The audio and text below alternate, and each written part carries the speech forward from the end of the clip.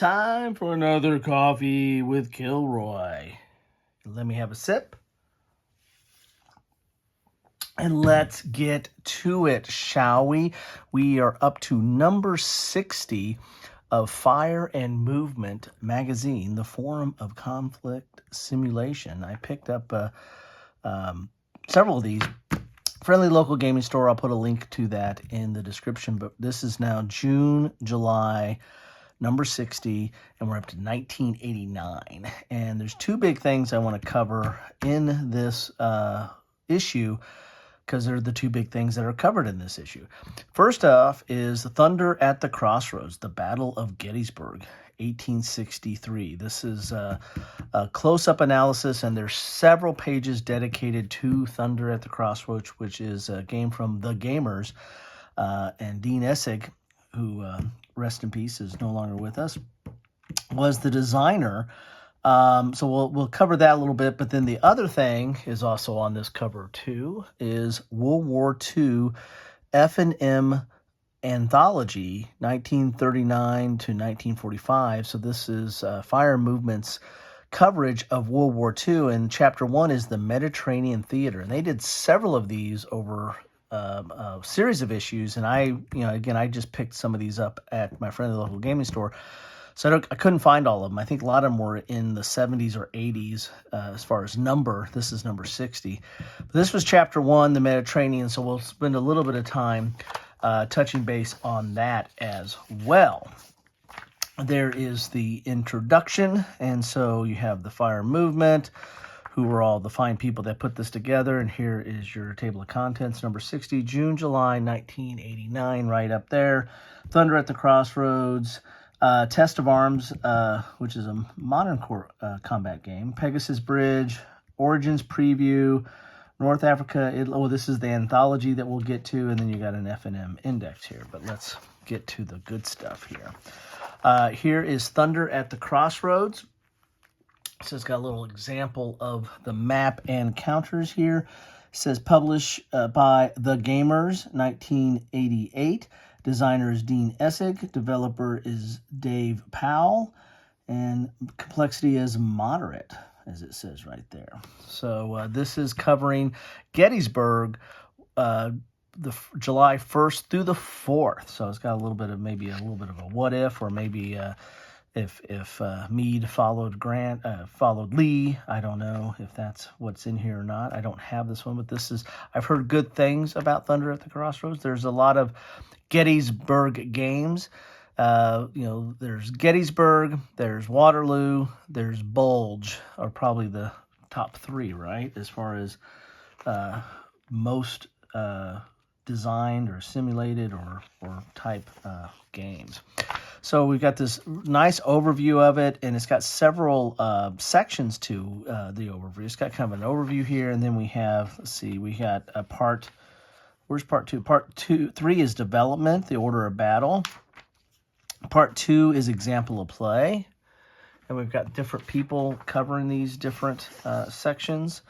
Part 4 is American Civil War, Games of Gettysburg by Jack Green, who I think that's the same Jack Green that departed this year as well. Won't go into too much of that, but this is talking about several of the different games. Of course, one of the big ones was Terrible Swift Sword, TSS. Whenever you get down to the point where you just call it TSS, you know you've arrived. But it also talks about Pickett's Charge here, which was a Quinto game. I was early. Avalon Hill was my first really big game company that I was followed and was a fan of. But Quinto was kind of number 2. I went to Quinto before I went to SPI or anything like that. But anyway, so there's some games there.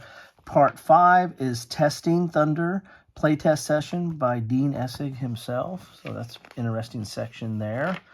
So you're really getting a deep dive into this game and the thought process. Part 6 is In Response to F&M, designer notes by Dean Essig and Dave Powell. F&M did a Fire Movement, did a review, and they're kind of responding to that and kind of thinking that and talking about that a little bit. All right. And so now, so that's it. So the first 19 pages or so, a little bit less than 19 pages, is all dedicated to Thunder at the Crossroads. So you let me know what you think of that game. I've yet to play it, but I've heard good things about it, and I should read up on that and see if it's something I should go find somewhere. It's probably pretty costly now. Here's some of the other features in here. Oh, the Indian Mutiny. This was in Strategy and Tactics. I have that issue. I have that game. Seven Fleet, the whole part of the whole Fleet series. The only one I have is a Second Fleet that I picked up at a bargain a while back. So let's get to the main point here. There's a lot of fire movement discussion here. The Anthology, World War II, F&M Anthology, 1939 to 1945. This was a 50-year anniversary. You got to remember, this issue was published in 1989, so it's 50 years after 1939, if my math is correct. So this is part one, is Born in the Shadows of World War II, talking about 1958, Charles S. Roberts founded Avalon Hill Game Company, and we're getting into World War II. You've got D-Day, Africa Corps, Stalingrad, some of the classics of the time period. And you're seeing some of them here as well, or at least portrayed by some of the magazines. Then you've got Panzer Army Africa here. So it's kind of giving you the anthology, and then they're going to rate some of these games too. Between 4 stars is great, 3.5 is very good, down to 1 is a waste of money. Which one will get a 1? But this chapter 1 that's kind of the setup, but this chapter 1 is talking about Mediterranean theater. So these are all going to be games of the Mediterranean theater, either strategic or operational or tactical. They're kind of going to go into different types of discussions on that. Here's Africa Corps, the map board, classic Avalon Hill game.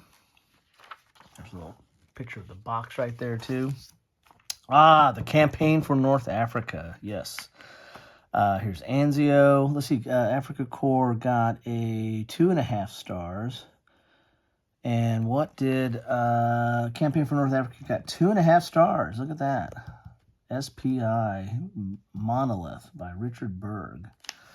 All righty.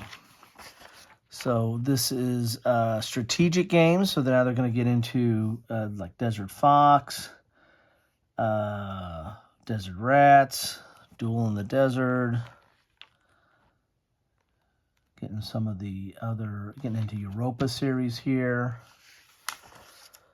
Then we're still covering strategic games here. Again, remember, this is cuts off at 1980. It was the 1989 magazine, so it cuts off in 88 probably of what is available that they can review and rate. Then we're still covering strategic game. Rommel and Tunisia. That got 2 stars. Rommel in North Africa by West End Games. Rommel in the Desert, 3.5 stars here. Okay. Panzer Army Africa only got 2 stars by SPI. SPI is not doing very well here. Rommel's War got 3 stars here. What else we have here? Now we're getting into operational games. Air Assault on Crete, Anzio Beachhead, Avalanche by Game Designer Workshop got 3 stars. Decision at Kazarine, 3.5 stars by 3W, or Worldwide Games, 3W. Still in operational games here. And then we're going to get into still operational games. Come on, can we get to some Fall of Tobruk? El Alamein, 1.5 stars. And still operational. I wonder if we're going to get some tactical in here at some point. And operational. Now we're to tactical. Let's see what we get for tactical. Desert Rats, 3 stars. Desert War, 3 stars. 88.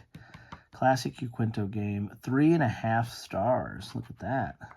Tobruk by Avalon Hill, 3 stars. Look at that. Beautiful. There's Tobruk right there. And west of Alamein, 3.5 stars. Avalon Hill game right there. And there you have it.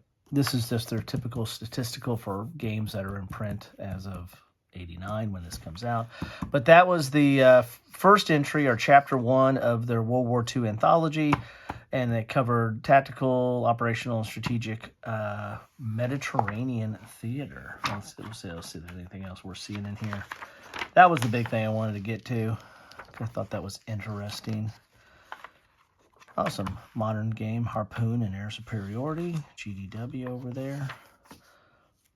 And Charles S. Roberts Awards. Oh, let's see here. What do we get for Charles S. Roberts Awards here? This is the vote. This is a vote for it. Time to vote. Anyway, there you have it. Fire and Movement, number 60. Big time on Thunder at the Crossroads and World War II anthology. Thanks all.